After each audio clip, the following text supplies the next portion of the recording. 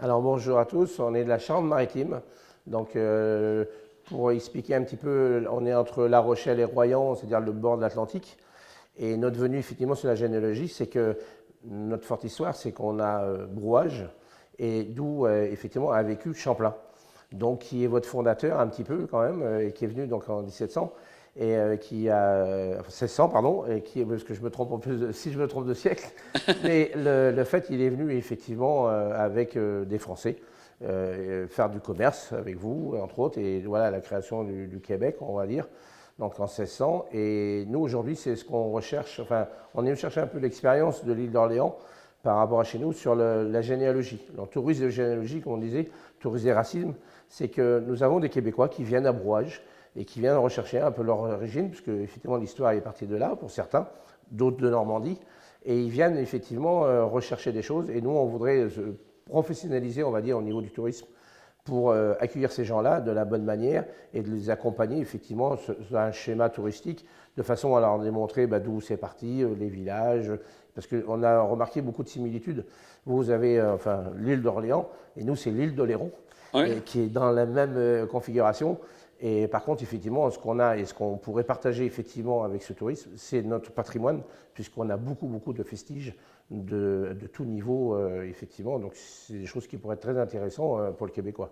Donc, pour que les Québécois aussi sachent qu'ils sont capables d'aller chez vous, en savoir un peu plus sur leur origine aussi, ce côté-là, c'est ça? C'est ça, tout à fait. De pouvoir les accompagner, d'avoir une démarche. Alors ici, moi je découvre, hein, je n'étais jamais venu au Québec et franchement, je suis très agréablement surpris et d'autant plus, j'en apprends beaucoup par rapport justement à cette venue.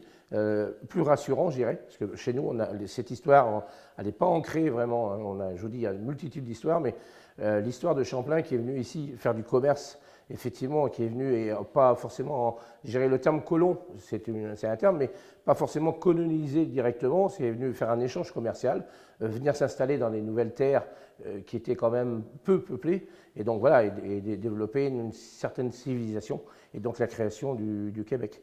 Donc tout ça, oui, c'est très intéressant. Et durant la semaine, qu'est-ce que vous avez fait en particulier et qu'est-ce que vous avez connu, que vous étiez méconnu sur le Québec? Alors là, ce qu'on a fait, effectivement, c'est surtout sur la généalogie. Donc on a été à différents niveaux pour apprendre l'histoire du Québec et comment ça s'est passé. On a fait le musée donc de Wata, où les Indiens, effectivement, l'histoire, on dit des Indiens, mais pas que, et du coup, de comprendre un petit peu comment je dirais, le peuple français, ou tout au moins de nos colonisations françaises, est venu ici et comment ça s'est passé. Effectivement, et là on a appris beaucoup, comme je dis, même nous dans notre histoire qu'on apprend à l'école, on n'a pas tous cette démarche-là, et en l'occurrence j'étais agréablement surpris qu'effectivement Champlain c'était quand même un gentilhomme, on va dire, puisqu'il a développé quand même pas mal de choses, et après toute l'histoire, chez nous c'est pareil, les filles du roi, on en entend parler comme ça, parce que effectivement on a Brouage avec Champlain, c'est quand même une histoire, chez nous il y a quand même une association qui représente Champlain. Mais par rapport aux filles du roi, effectivement, beaucoup de gens c'est des mythes, voilà, c'était vrai ou pas. Là, aujourd'hui, on a vraiment des... vous avez plus de traces, je dirais, écrites que nous, dans certains domaines, surtout là-dedans, puisque à l'époque, effectivement, Louis XIV a envoyé ses filles, enfin, a envoyé des femmes pour repeupler, parce qu'effectivement, il manquait de femmes, parce qu'au départ, les colons sont venus construire, les hommes, forcément. Mais après, c'est vrai que pour se marier, c'était un peu compliqué. Et Donc, voilà. et pour le futur, est-ce que pour l'automne, il y a quelque chose de prévu pour que les Québécois aillent dans votre ville? Oui, tout à fait. Le fait, c'est que le partenariat puisse continuer et qu'on crée vraiment des choses sérieuses, bien sûr, de façon à nous, notre idée aussi, c'est de construire un site internet de façon à ce qu'il y ait des passerelles, parce qu'aujourd'hui, c'est les outils numériques qui sont la facilité, hein, parce qu'il y a quand même quelques kilomètres. Il y a un peu aussi d'investissement foncier forcément pour le voyage, mais en l'occurrence avec un site internet, ça peut permettre de préparer effectivement sa venue, parce que je sais qu'il y a beaucoup de Québécois qui sont demandeurs, mais justement de ne pas venir n'importe comment et de préparer leur voyage et un petit peu leur circuit par rapport à ce qu'ils recherchent. Et donc on pourra les accompagner forcément avec ce site-là et de façon à les accueillir le mieux possible. Et avec ce que vous avez vu, avec bien sûr la manière qu'on fonctionne ici, avez-vous déjà des idées à apporter en France pour améliorer ce côté généalogique? Oui, tout à fait, parce que là, justement, on a découvert, mais pas plus tard que ce matin, c'est pour ça que je me permettais de dire que vous avez déjà été beaucoup plus en avant que nous par rapport à ça. Nous, c'est la généalogie, c'est très ponctuel, c'est selon les personnes qui le veulent ou pas. Vous, par contre, effectivement, nous sommes très demandeurs de rechercher leurs origines. Et la preuve, c'est qu'on est dans la maison des aïeux ici. Et ça, on n'a pas forcément. Et donc, voilà, c'est vraiment très ancré. Et donc, effectivement, on a des pistes de travail, on a des exemples qu'on va pouvoir, effectivement, reprendre chez nous et de façon à construire, on va dire, pas forcément à l'identique, mais de façon à pouvoir accompagner encore plus facilement. Bien, Patrice, c'est très, très agréable de vous rencontrer, puis au plaisir de vous revoir bientôt. Merci et encore merci aux Québécois de leur accueil. C'est super. Merci beaucoup. Evelyne, c'était une belle semaine avec la délégation française pour parler généalogie, patrimoine. Qu'est-ce que les Français ont découvert ici cette semaine? Oui, ça a été une grosse semaine, vraiment plein de découvertes. Pour certains, c'était un premier voyage ici à l'île d'Orléans puis à Québec.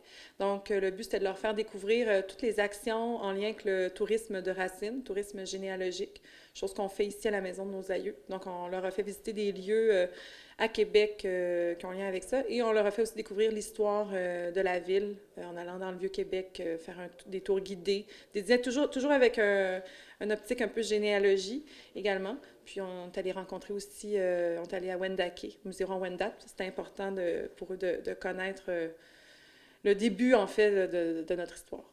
Et ça, ces rencontres-là vont permettre de peaufiner, on pourrait dire, ce qui se fait présentement en généalogie ici?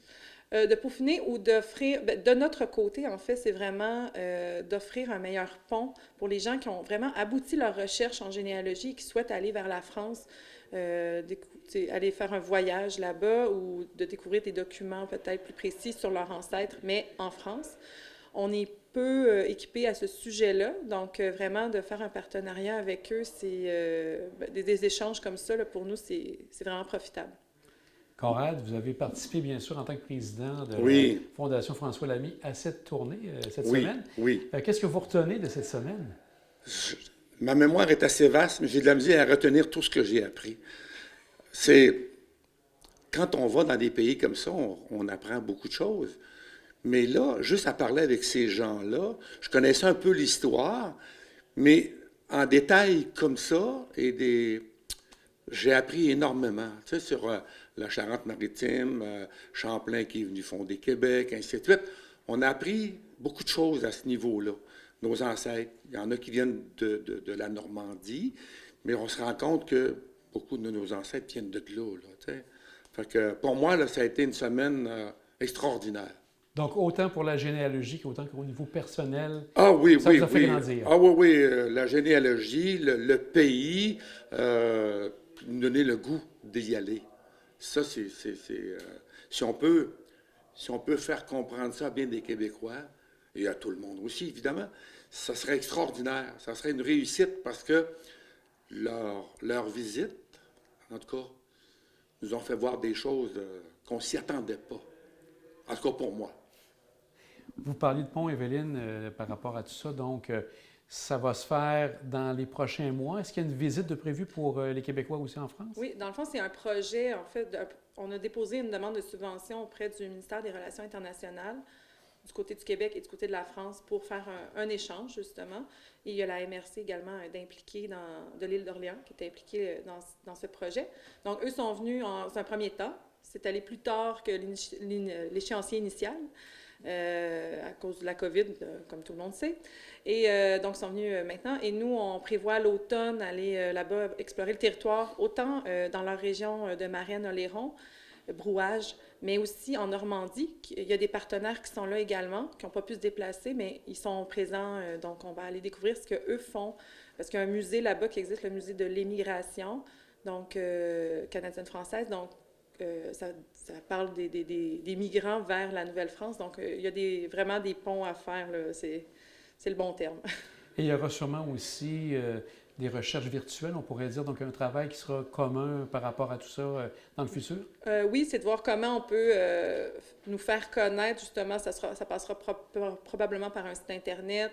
Ils ont déjà commencé à travailler sur une image de marque à ce sujet-là. Nous, comment on peut s'intégrer dans tout ça? Quel autre type, est-ce qu'on préfère un événement? Là, on est vraiment en réflexion, on est en début on est en découverte, en fait. On est comme des éponges, on absorbe de l'information. Puis Là, qu'est-ce qu'on va tirer de tout ça, là, c'est pas déterminé à 100%, mais on a l'année pour y aboutir. Conrad, ça a dû sûrement vous donner des idées même pour la Maison des Ancêtres ici. Est-ce que vous Ah, avez vu, sûrement, je pense que les possibilités sont immenses. Tu sais, puis il manque des mots pour le dire. mais avant de terminer, j'aimerais, Evelyne, qui a préparé tout le gros travail, je voudrais remercier Evelyne pour son travail énorme. Je voudrais remercier la MRC et le ministère des Relations internationales, c'est ça, qui ont permis cette union-là, qui ont permis cette rencontre. Et si on va en France à l'automne, comme c'est prévu peut-être, bien encore là, c'est dû à la MRC. Puis c'est un organisme qui est près de nous. On est porté souvent à dire, bon, les MRC, municipalités, ils font quoi au Québec? Bien, ils ont fait beaucoup, là. Ils ont fait une chose énorme, là, pour nous permettre de participer à ces choses-là. Puis le futur, si on va en France à l'automne, et le permettre à ceux aussi qui sont venus ici, là, de leur côté. C'est énorme. Merci encore. Bien, merci à vous deux de cette entrevue. Ça nous a permis d'en savoir un peu plus sur le passage à la délégation française ici à l'île d'Orléans. Bien, merci.